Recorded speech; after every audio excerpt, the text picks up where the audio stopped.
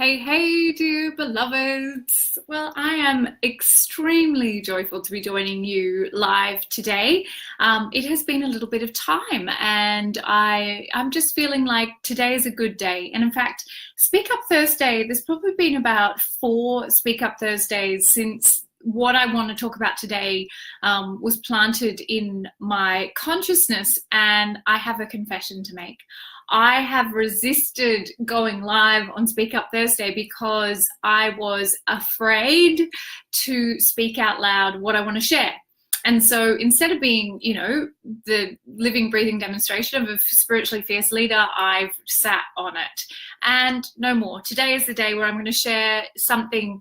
The good thing about that time, I guess, the amount of time that it's been since the idea dropped into my head and where we are today, about a month later, is that I've had time to really consider if this matters enough to me in order to speak my truth. And we're going to talk about these two things, speaking our truth and emotional contagion today. And I'll talk about the intersections between those two things because to me they're very clear, but I want to share. So having been a big coward for several weeks now, I'm here ready to speak about something that I have been observing in the spiritual community that's around me and in the work of people that I actually really love and admire. But there's an aspect to it that has a shadow side that I feel a responsibility and a duty of care to the women that I serve to speak about. And in this context, men, of course. But first of all, I want to talk about this idea of speaking our truth, because I think we get this so freaking wrong. I think we think of this idea of speaking our truth as permission to shit on everybody else with our personal opinion on anything and everything. And then when we've caused chaos and disruption to everybody else's lives, we just say, well, I was just speaking my truth. And somehow that justifies the huge amounts of chaos that we've caused by actually just dumping our opinion on other people, of them, of their life choices, of the way things are unfolding, or we've just been irresponsible or not had care in how we've shared. So let me break this down a little bit. The throat chakra is the center of expression, and it's one of the higher chakras, which means that we've moved beyond that survival mode. When we're in our throat chakra and the issues we're working in our throat chakra, we are absolutely working with truth, and we're working with our fearlessness to speak truth. This is very different to speaking our truth, which might not actually, in fact, be eternal forever truth, but just a temporary stage of our evolution. And we judge the world from our particular level of consciousness, and we decide what is truth, and then we decide we're allowed to share that opinion with everybody else based on how evolved our consciousness is, and some people will like it and some people won't. That is very different to speaking truth. Speaking truth is speaking with God consciousness. So what is true is eternal and does not change. And what is true can be very easily encapsulated by the 3 immutable laws. All is one, all is of the one mind, as within, so without, and as above, so below, the law of correspondence, and all is but a vibration, as in nothing is fixed and permanent, it's constantly changing. These are the 3 immutable laws, these are the eternal truths. There is nothing else outside of that. That all is one, by the way, is all is love, but we get very confused about what love is.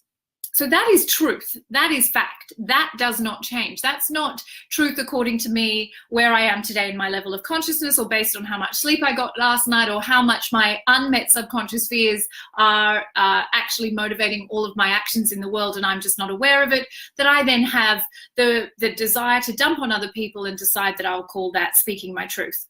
When we speak about speaking our truth, what we have to understand is the true meaning of the throat chakra, which is thy will be done.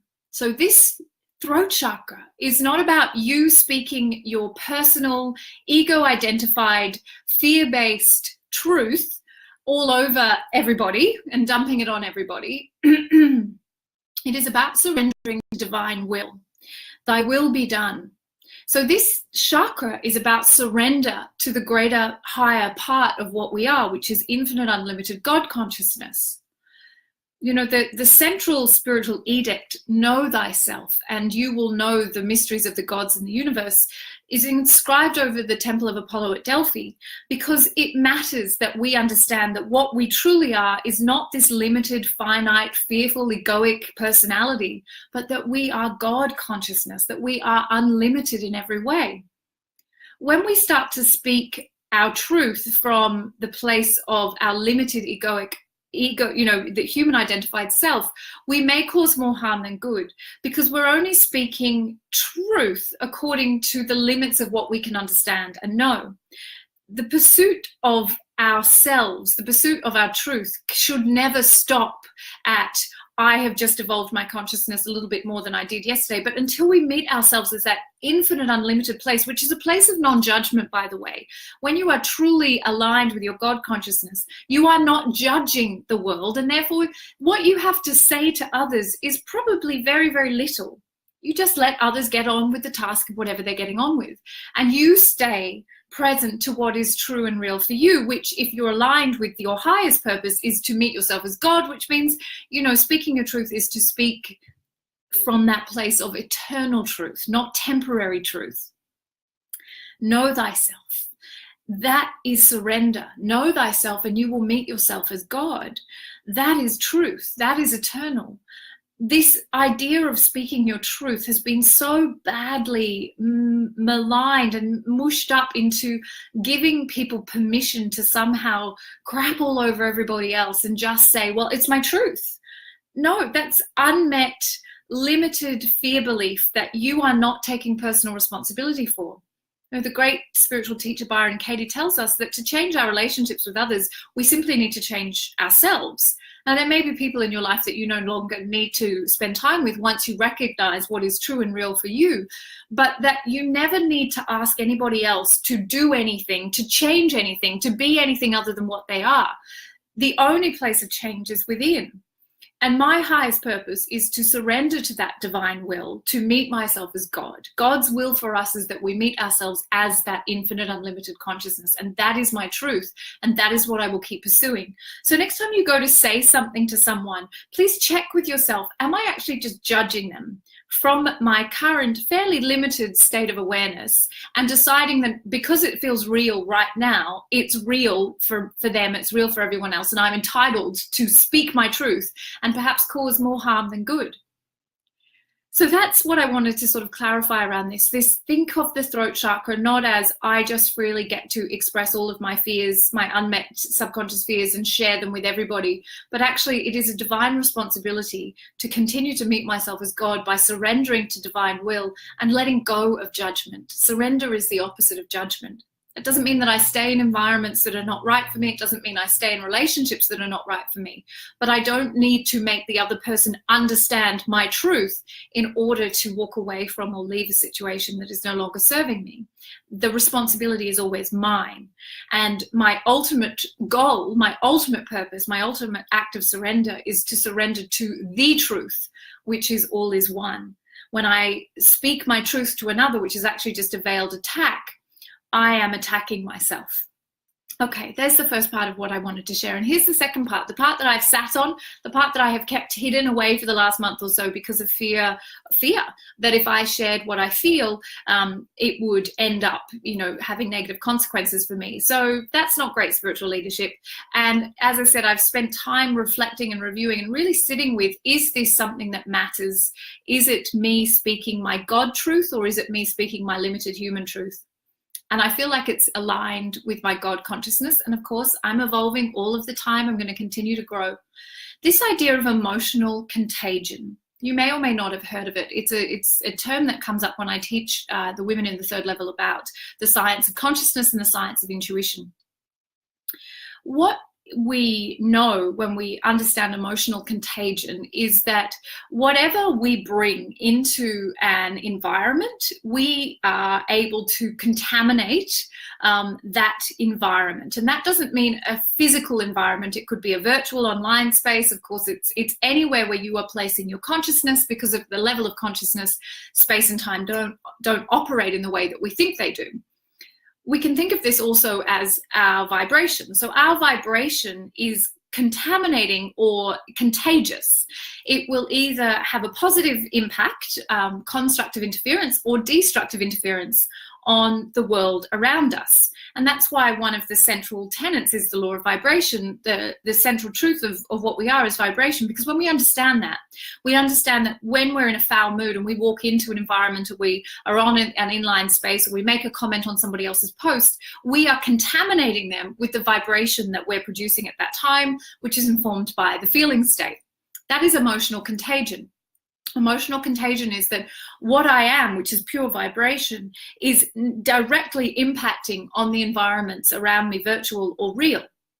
So what happens then when someone who you like and respect, perhaps who is a spiritual teacher or leader, shares a post which is an energy forecast, and they tell you what's happening now, and it's what's happening for them, or it's what they perceive is happening from a bigger energetic viewpoint, and they share that. They say, you will experience these symptoms, you will feel like this, what you're dealing with right now is these sorts of interactional, interpersonal issues. You are experiencing this, and you're going to have these kinds of experiences in the next couple of days, because this is the way it is. This is the truth.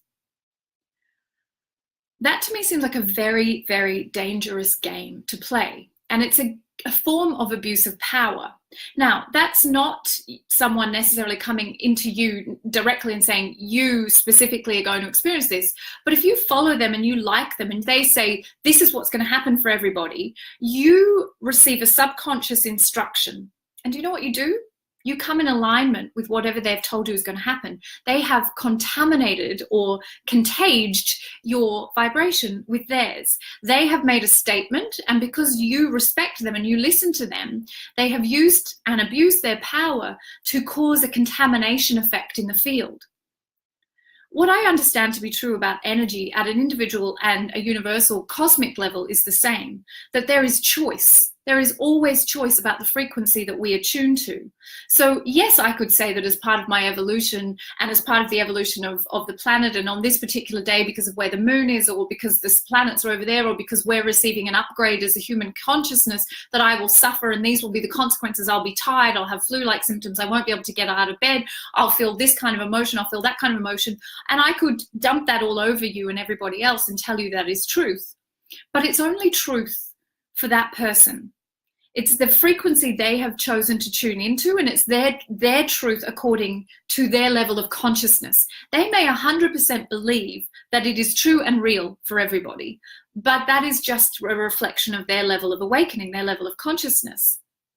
I always get to choose how my vibration interacts with the field of the one mind, and that choice is always to refer or defer to love, because all that there is, all is one, and that oneness is love. If I decide to lower my frequency and start to play in, the human illusion, then absolutely anything that I pronounce is true, because all is but a vibration. So I can decide how consciousness is going to behave by making announcements that other people are then contaminated by, and then I create a community around that announcement. So I have contaminated or contaged that environment. That contagion has occurred to the environment around me, whether that's virtual or online. I have used my position of authority to tell other people where they're at, and other people who may admire me come into entrainment with what I have said is true. This is very, very dangerous. It may look like they have special access to some special magic power, and some days it might even give you relief because you read it and you go, oh, that explains why I'm feeling that way. But 99% of the time, the meaning happens after. So you make meaning out of all of your life events. It doesn't matter what your life events are. You reflect upon them and you make meaning out of them afterwards, depending on the stories that you tell yourself. So when we hear someone telling us a story that helps us make a narrative out of our life events, and it gives us an excuse to stay in fear, or explains why we were grumpy to our partner, or we were mean, or we ate all the chips, or we couldn't get up off the couch, and we accept that as fact, we abdicate personal responsibility. We put down personal responsibility for ourselves. All that is true is that we belong to one consciousness, and that one consciousness is God, and that God consciousness is love, and that is not human love, that is infinite love. And I can choose daily to attune to that truth, or I can look to, use my favorite saying, move furniture in a burning building, and to make a false idol of my fear, and to say that I have ascension symptoms, and to say that as the planetary consciousness evolves, I will be negatively impacted. But that is a level of truth that we will evolve beyond. And if I choose today to not make that my reality, then I don't have to suffer on my path of awakening. I don't have to buy into the ideas that others have. And I certainly don't have to forecast on behalf of others. It might be true for me. And maybe what I need to do that day is say, hey, Facebook, this is what is true for me today. This is what I am feeling. Enough said. Leave it at that. But what we tend to do is we want to enact our power by seeing how many people we can co-opt into that vision. The people who do this kind of work get big followings because people love to be told what's happening for them, and they love to find a reason to stay in their fear. All fear is one fear, okay? And you can go on and make a false idol of your fear, or you can make a choice to choose the vibration, the frequency set point that you attune to, and to recognize that life will continue to happen regardless of where you are on your spiritual journey, that events will continue to happen. You'll have days where your body feels more tired than other days. You'll have days where you do want to stay home and stay on the couch. But when you let someone else's opinion of what those events mean happen, you deny yourself personal responsibility, and you fail to recognize that all is but a vibration. You get to determine how consciousness behaves. That is our birthright. That is why I train women as priestesses of non-local consciousness. I will not participate in moving furniture in a burning building.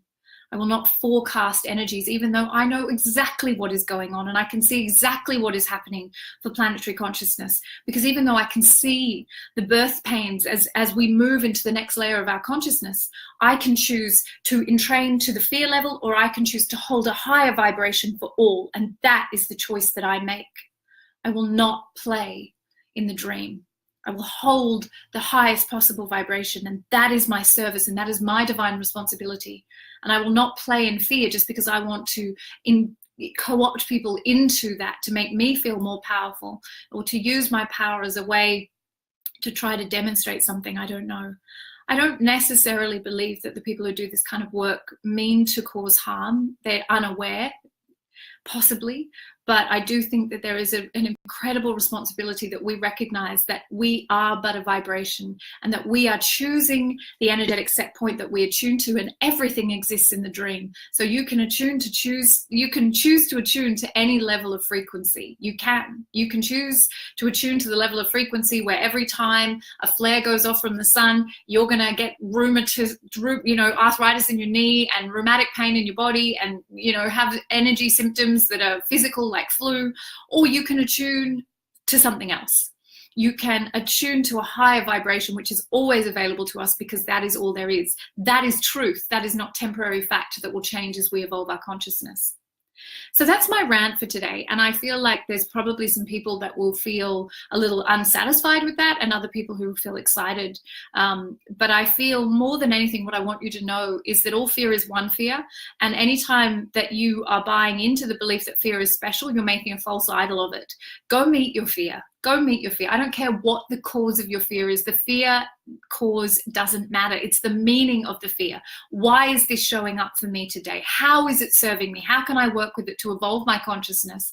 And to recognize that you are but a vibration. What that means, dear one, is that your consciousness is creating your reality, not the other way around. Your consciousness is creating your reality. Your consciousness is creating your reality, as above, so below, as within, so without. You are not a victim of what is happening in the field around you. You are creating what is happening in the field around you. We all are, because there's only one of us here. The three immutable laws, please go back to them every single time. The answers that you're seeking are there. That is truth. I have to speak the truth today. It means that I will stop looking at all of these spiritual new age trinkets and superstitions and the people who are claiming to know more about my life than I do. And I will take personal responsibility to implant the highest possible frequency into that one mind. And I will stop dumbing myself down, believing that there's special magic reasons why I get to, crap on people today or be less than what I am. All fear is one fear. It's the uncompromising path. My darling sister Christy is here, and as a teacher of A Course in Miracles, she will share this with you again and again and again. This is but a dream. This is a simulation, and we are in charge of the quality of the simulation. So please stop making a false idol of the dream. Stop believing that you are a victim to the circumstances, whether they seem really spiritual or not. We always have a choice about how we make meaning out of and create our reality, because we are but a vibration. We are pure, unlimited consciousness. We're not even here. This is a projection. This is a simulation. This is a beautiful fiction in which we place our consciousness to learn about ourselves so we may remember what we are, which is God, which is unlimited, which is truth. Let's stop fucking about. Let's stop moving furniture in a burning building. Let's stop playing in the puddles, the muck and the dirt, and pretending that that is some spiritual, noble, high teaching. Let's emancipate ourselves from fear. Let's take personal responsibility. Let's not emotionally contaminate others and pretend that it's spiritual power and spiritual insight, because it simply isn't. There is no truth in drawing people down into your level of consciousness, but you can absolutely raise people up by choosing to see all fear as one fear and to meet every single fear with your fearless commitment, even when you feel fear rising, to go towards that fear fearlessly. Okay. Thank you for letting me share that. As I say, it's taken me many weeks to work out if I was just dumping my truth or whether I had something that I felt was worthy of contributing here. And I don't speak lightly. I know that there are people I love who deal in emotional contagion, and I don't want to cause harm, but I don't want to contribute fear either. And I know that it's really seductive to believe that someone else can tell you why fear is present in your life and to give you an out from having to take personal responsibility, but it's not real. What is real, what is true, what is eternal is there is only one of us here, that all fear is one fear, and that we can make the choice to tune into any vibration we choose and live at that level. And I'm going to choose the highest possible vibration I can today, and I'm going to keep making that commitment every damn day. That is my commitment to you. Okay, dear ones, thank you so much for joining me and for letting me speak from that space that feels like big, powerful truth that might help us share a greater vision for everybody. Let's hold the highest possible vibration we can and not make a false idol of our fear. And have a beautiful day. I love you like Christmas.